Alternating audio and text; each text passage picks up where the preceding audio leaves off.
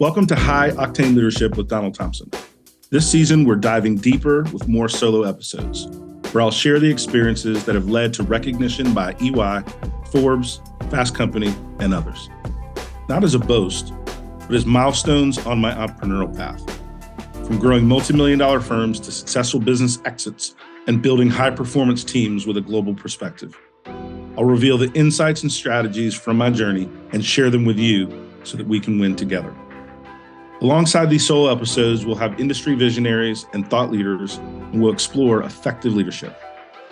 Ready to empower your leadership journey with real success stories? Let's embark on this transformational journey together.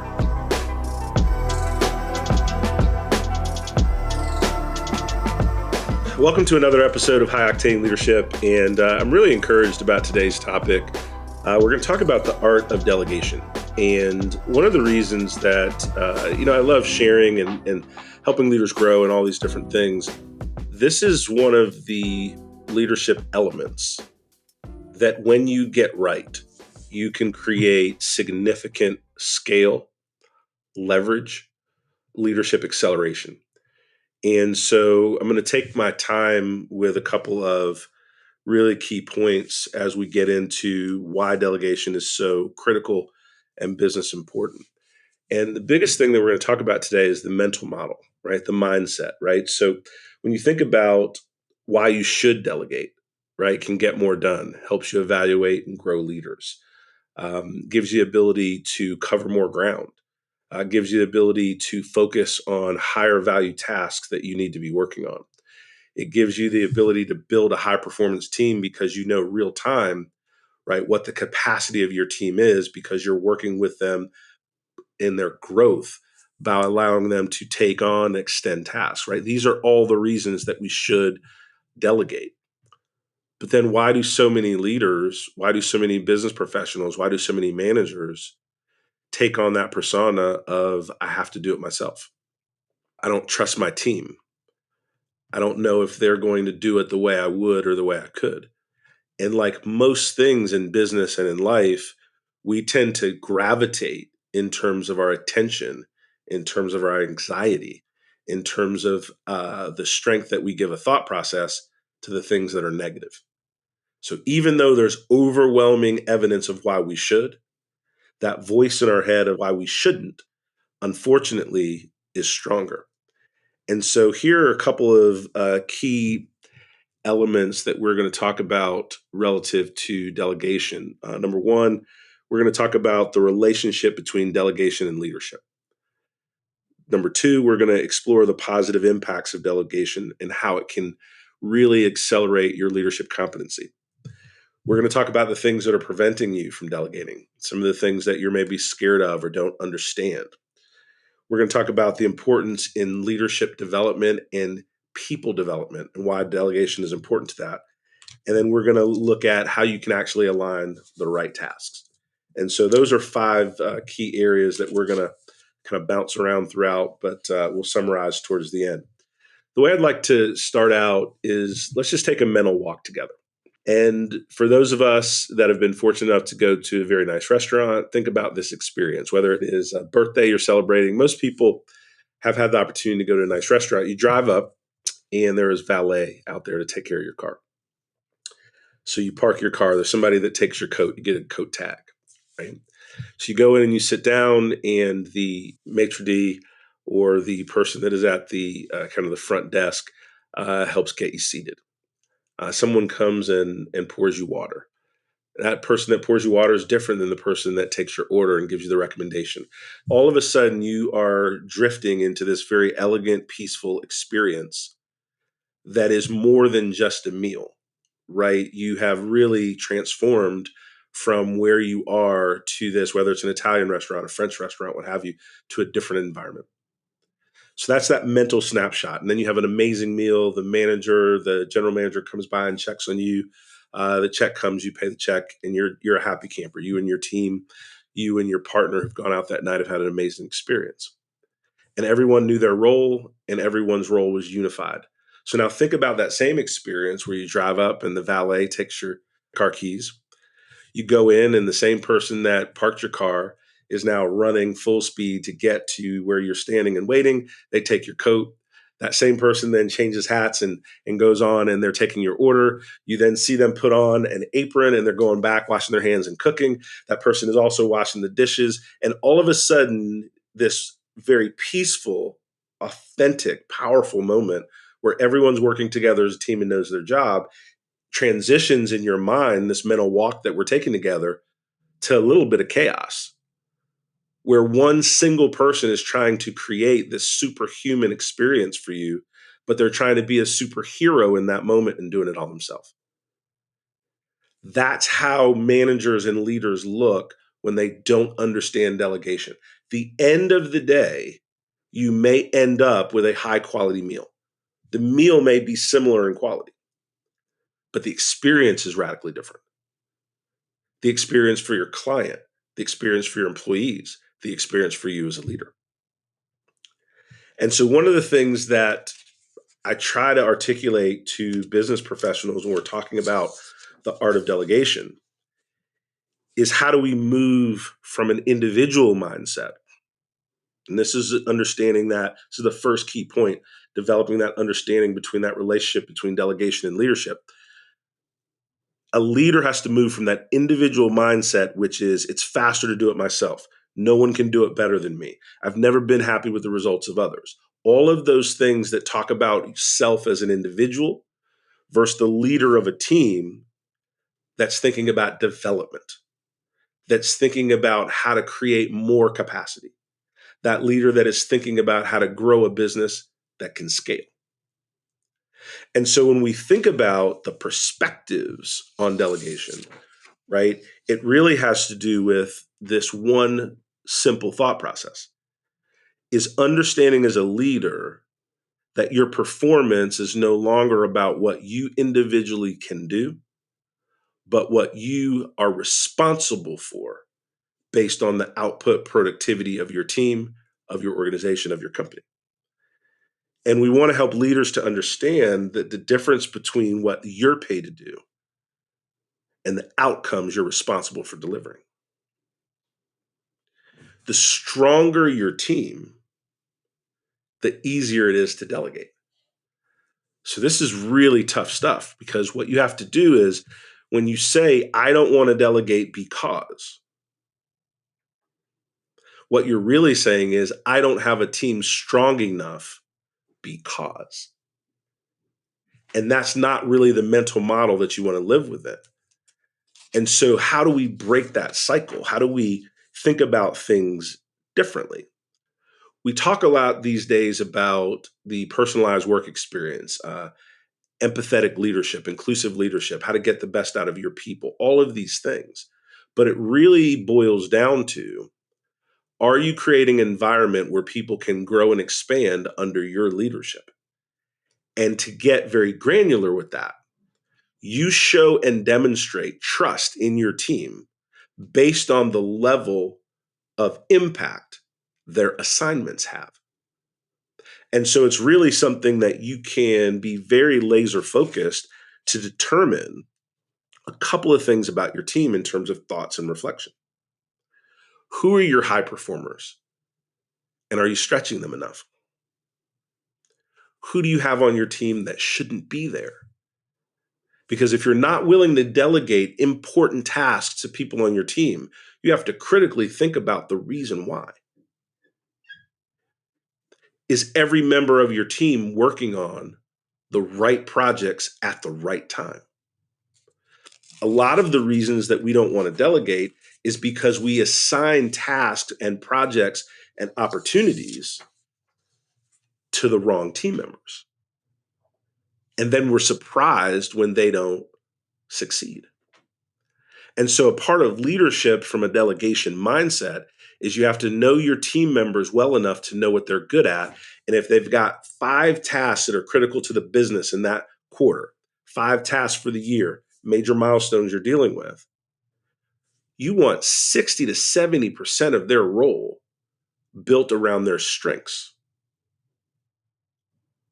And then 15 to 20% on things that they are capable of doing with your help and support, capable of learning, or they've already been demonstrated they've been able to do. So when you're looking at your team, you want to think about three things. What can they do successfully so that I delegate the right things? What can they learn if given the space, the opportunity, and training? And what can they do with my hands-on support that we do together? So what can they do? What can they do with better education?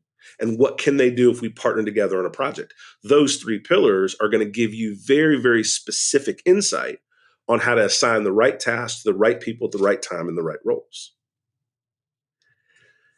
And remember this critical element. Employees perform at their highest level for leaders that believe in them, leaders that stretch them, and leaders that partner with them to meet their goals and deliverables. As we think about the second layer, which is the positive impact of effective delegation, I want to think about things through the lens of the team member, lens of the employee. Most employees come to work not just for the paycheck, but they want to become a better professional. And so they gravitate to managers and leaders that are helping them make that happen. Because they know when they're better at their job, they can earn more. When they're better at their job, they can be promoted. When they're better at their job, they receive recognition. And all of us want those things as a part of our work experience. And so when we're giving employees performance-based feedback, we want to give them clear, concise feedback that allows them to create better behaviors that lend to better outcomes going forward. Another thing that employees want, and this feeds into the positive impact of effective delegation, is they want to play an important part in the growth trajectory of the business. So that means when you assign a research project on how to enter new markets, and you link that employee's project to the overall success of the business, you've not only delegated a task that has an impact on the growth of the business, but you've also communicated the value you see in that employee because you've trusted them with something of high impact, of high importance. Delegating as a leader doesn't mean you pass it and forget it. Doesn't mean you assign it and you don't hear about it again until it's done, which is a misnomer in the proper way to delegate. We'll get into that in a minute. But the point I'm making in terms of the positive impact of delegation is you compliment your employees by how much you believe in them. You show how much you believe in them, not just in your words, but in the quality of assignments that you give them. Another way that you can deliver trust in the context of leadership and delegation is not by assigning just tasks, but assigning projects that you then explain the full context of why this project matters, how it's strategic to the organization, what they're going to learn as an individual by going through this process, and the support you're going to wrap around them so that they can be successful. Trusting them with the strategic insight, again, is another way to motivate, another way to compliment, and another way to grow your team and your employees. Here's a quote from an article that I was reading about employee wellness and growth. When you trust me with the big tasks, I have evidence that my opportunity with the company is significant. We're reinforcing the positive expectation of growth and success. And so when we think about number two, which is exploring the positive impacts of delegation, most of us as leaders, when we don't delegate, focus on the negative, but we don't focus on the things in terms of employee wellness, employee productivity, loyalty, retention, because we're aligning the individual goals of our team members with the goals of our department and then the organization, and making people feel a critical component of the company's success. It's very simple in terms of being other centered when you talk about in a podcast and different things, but when you're in the throes of deadlines, deliverables, pressure, and different things, that natural inclination of wanting to do everything ourselves, to put on our cape and be that management superhero still exists. So, how do we overcome that to get to the goodness, right? One of the things that's important to remember is, how do you want your team members to communicate with you throughout a project's life cycle? How do you want them to ask for feedback when they run into challenges? So I'm going to give you a 1-3-1 model. Number one, you want to teach your employees to bring to you a specific problem or opportunity, not a vague set of grievances, a specific problem that they need your help and support on. Number one. Then you want to train them to bring you 3 potential solutions to that problem, or 3 potential paths to that opportunity. And then 1 specific recommendation that they feel strongly about and want you to thoughtfully consider at a more granular level. By teaching your team how to process information, structure information, and communicate your information in the language of leaders, means that you're not going to just assign something and then throw it away. You're going to assign something, and then during that project, you're going to have them bring you different things that they're making decisions on, so that you can be part of the process, but you're not running the process. Part of the thinking, but you don't own the thinking from end to end. People are allergic to the term micromanagement. But when you're first learning to delegate, you need to teach your team about how to be micro aware. That means sending a weekly email update about how the project is going, so you as a leader can weigh in on timing, on priorities, or offer your support. But it's the leader's responsibility to teach their team the way they want to receive information. Another thing that I teach team members is 3 A's: awareness, advice, action. So when a team member has a challenge with a project that they're working on, that we've talked about, that we've delegated to them, I want them to feel very comfortable coming to me and just making me aware of how it's going, so I don't have to guess. Quick updates are great. I also want them to be comfortable if they need advice. That doesn't make them less than. And you want to teach them that. You want to communicate that. It just means, why wouldn't you get advice before you make a decision on a key project deliverable? And then the third A is action. A lot of times leaders get into the micromanagement trap because we've not slowed down to teach our teams how to communicate with us. So if someone just wants me to be aware, make sure I'm updated. And they say, Don, I just want you to be aware. I've got it. I'm still working these challenges, but I want you to be aware of what I'm working on and what I'm working through. And they'll tell me. I'll be like, fantastic. See you next week at your one-on-one. See you in a couple weeks on the project update. All good. Don, I'm really struggling. I've tried X, Y, and Z. I still haven't been able to really work through some of the people issues on my project team. And I really would like some advice. I'd like the opportunity to handle it on my own, but I'd like some advice based on what you know about me, my team, the project, some different ways I might be able to handle this. And then the third element is action.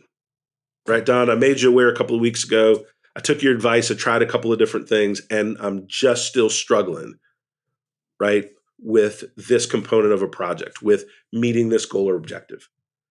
And I really need you to get involved. When you delegate, you want to make sure that you teach people how to communicate back with you, so that nobody feels that delegation means they're now out on an island and the only thing you expect back are the results. We need to leverage and learn and grow together. And so you've got to give your team the framework and the freedom to pull you in at times appropriate in the process. And so in terms of exploring the positive impact of effective delegation, I talked early on about the impact on employees and their wellness and how they feel and their engagement. And then the second piece was how to be effective in teaching those team members how to continue to communicate. Thirdly, And I alluded to this before, but I want to restate this is what are some of the reasons that we don't delegate? And let's talk about ego for a little bit. Sometimes leaders don't want to share the limelight. And if you are an I first individual versus a team first individual, you're going to want to try to do all the work because you want to claim all the credit. If you are building a leadership team with scale, you're not chasing credit, you're chasing outcomes. And you know, if you produce positive outcomes, the rewards, the accolades, and credit will come. And so you're trying to build capacity in your team so that you can do bigger and better things. And so let's talk about how to overcome some of those reservations to delegating. Number one, start small, right? Start with smaller tasks that you're comfortable with so you get into the habit of communicating tasks clearly, expectations, follow up and follow through, ongoing communication during projects. Second, keep this in mind. If you're trying to do everything else, everything on your own, think about the metaphor of the restaurant where one individual is parking the cars, seating the guests, taking the orders, cooking the food, cleaning the dishes, and how chaotic that looks, and how limiting that business owner's prospects are to build a brighter future with scale, because it's almost impossible. You think that by doing everything yourself, you think that by being the superhero with the cape, you think that creates long term growth and sustainability. It just doesn't. And so, one of the things I had to understand if I was going to create multi-million dollar businesses at scale that someone would want to come acquire one day, if I wanted to coach and work with leaders that are running multi-billion dollar global organizations, then the art of delegation was not something that I could do if I wanted to do. It is something that had to become a part of my strategic DNA to be able to do well. And so when we think about those barriers, fine, we have to think about the reasons to overcome them that are so much stronger.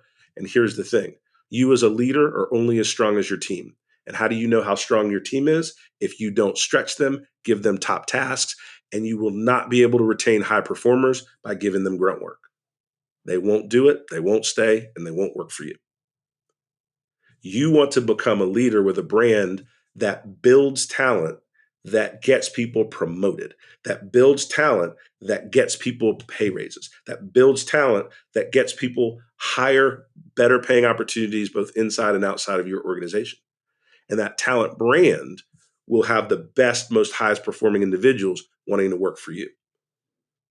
Because not only are you willing to delegate, which is tactical, you are a true leader and you're in the people development business, no matter what your partnership, people development business, no matter what your product. You're in the people development business, no matter what you're promoting.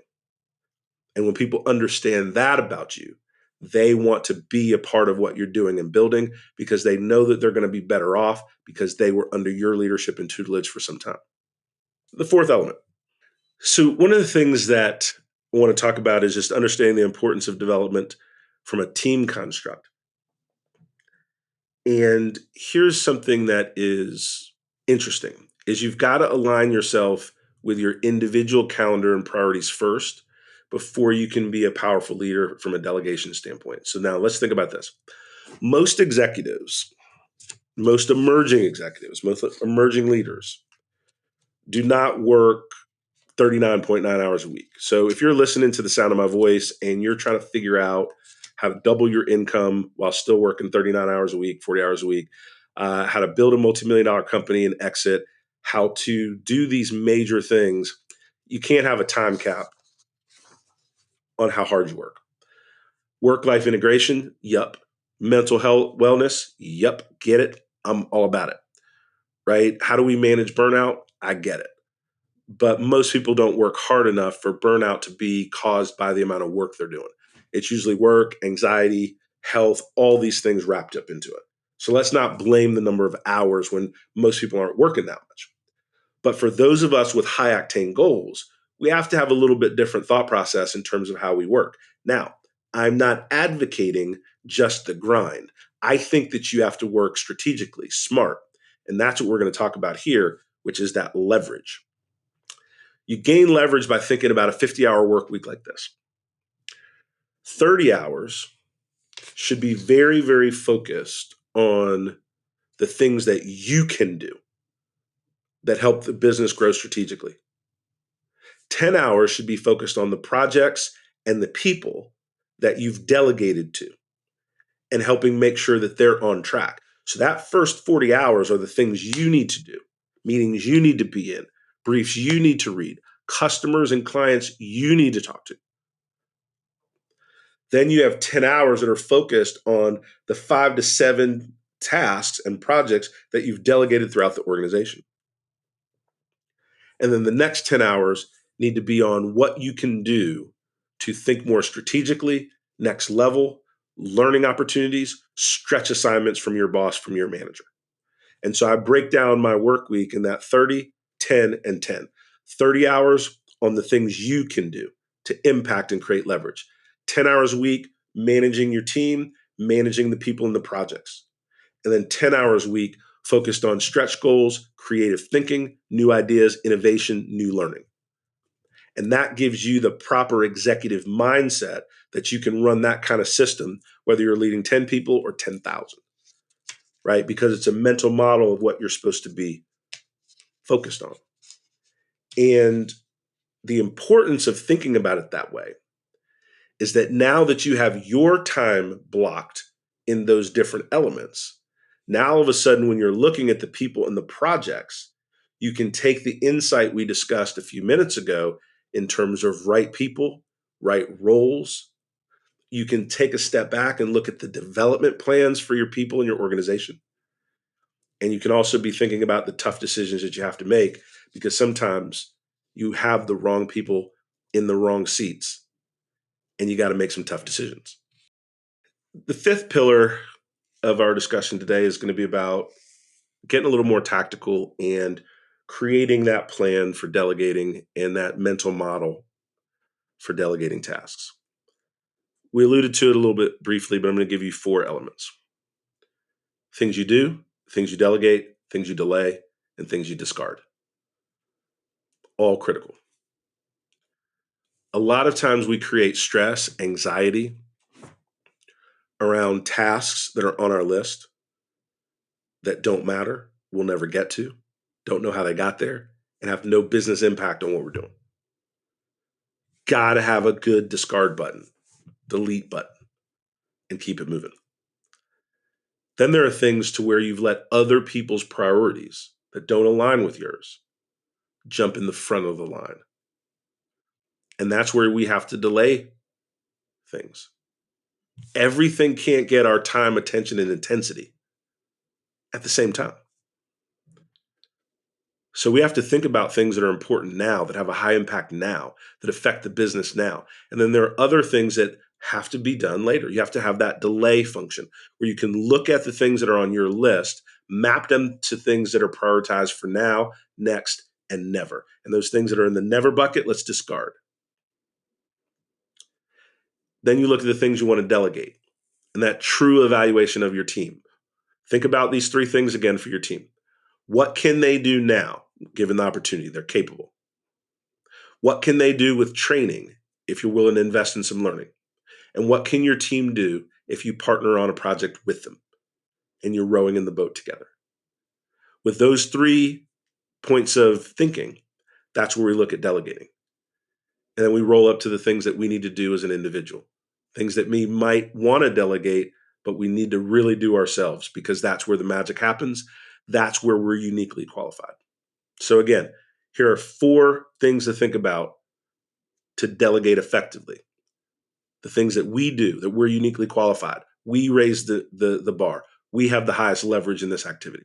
Things we need to delegate, things we need to delay, and things we need to discard. And when we think about how to plan those activities using that framework, that mental model is super important, because we've got so many different things that are flying at us. It is really important to have a structured way to think about all of the different tasks, priorities, phone calls, Zooms, meetings, projects, initiatives that you could be involved in. And so that's why I think about what should I do? What should I delegate? What should I delay? And what should I discard? As we conclude our conversation today and we talk about the leadership's perspective on delegation,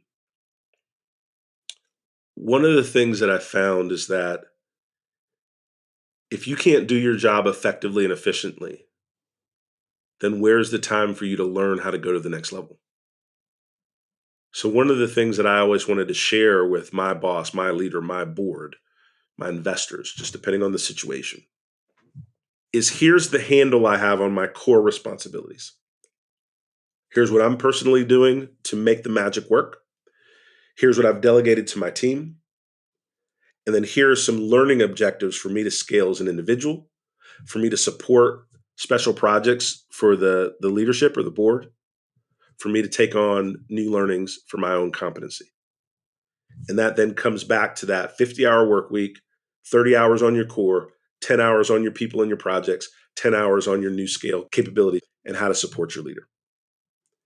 And if you want to grow in an organization, think about how powerful this is. Let's say your manager's name is Jennifer. Jennifer, here are the things that I'm doing. Here are the things that my team is doing that I'm responsible for. I've got 5 to 7 hours of bandwidth to help with any problems that you've got that are also learning opportunities and growth opportunities for me. So I want to just keep in mind that the way I have my schedule aligned is that I've always carved out a little bit of time to help you attack a challenge that you're looking to overcome, that you need an extra set of hands, you need a thought partner. I want you to always be willing to consider me. That my team is run well enough that I have enough room to support you on some things I may not know are even a challenge to you. And if I can be helpful, please give me that opportunity to be helpful. Yo, if you got your game together like that, right? Opportunity, accolades, learning opportunities are going to gravitate towards you. And it's just the language of how leaders speak and lead and communicate. And being able to delegate tasks to others makes you more effective, more valuable, and gives you more scale. As we wrap up our conversation today, I am humbled by the things that I'm sharing because it kind of forces me to relive things that I've learned. And a lot of times I've learned through coaches, through books, through seminars, or through being stubborn and making a lot of mistakes. And so, a couple final thoughts, right? You can help people by delegating well, but you can also hurt people and their careers by delegating poorly. And there was a time in my career to where I had an executive that I put in the absolute wrong position, and they failed miserably. Thankfully, we recognized it. I took responsibility for it. I changed their role back to areas of their strength. But it took about a year for that individual to regain their professional self esteem, for their teammates to remember their successes and not this significant failure. And the individual was a phenomenal team member. But I, as a leader, put them in a position that they weren't ready or equipped or had the right temperament for. So I want to leave you all with the reasons to delegate are clear. The impact, the positive impact of delegation is clear. The responsibility for us as leaders to do it well, to do it thoughtfully, to monitor our decisions as they go is critical. And my goal in sharing with you all today is that we build better workplaces for all. And the best way to share how you feel about your team is to trust them with big assignments, to coach them as if they're the next Super Bowl champion, and to support them in a manner that there isn't fear, uncertainty, and doubt in bringing you information if they want you to be aware, if they need your advice, if they need you to take action. And so delegation is a tactic, but is a fundamental, critical tactic around leadership development. And the stronger leader you are, the more you're able to delegate appropriately with right people, right projects, right support.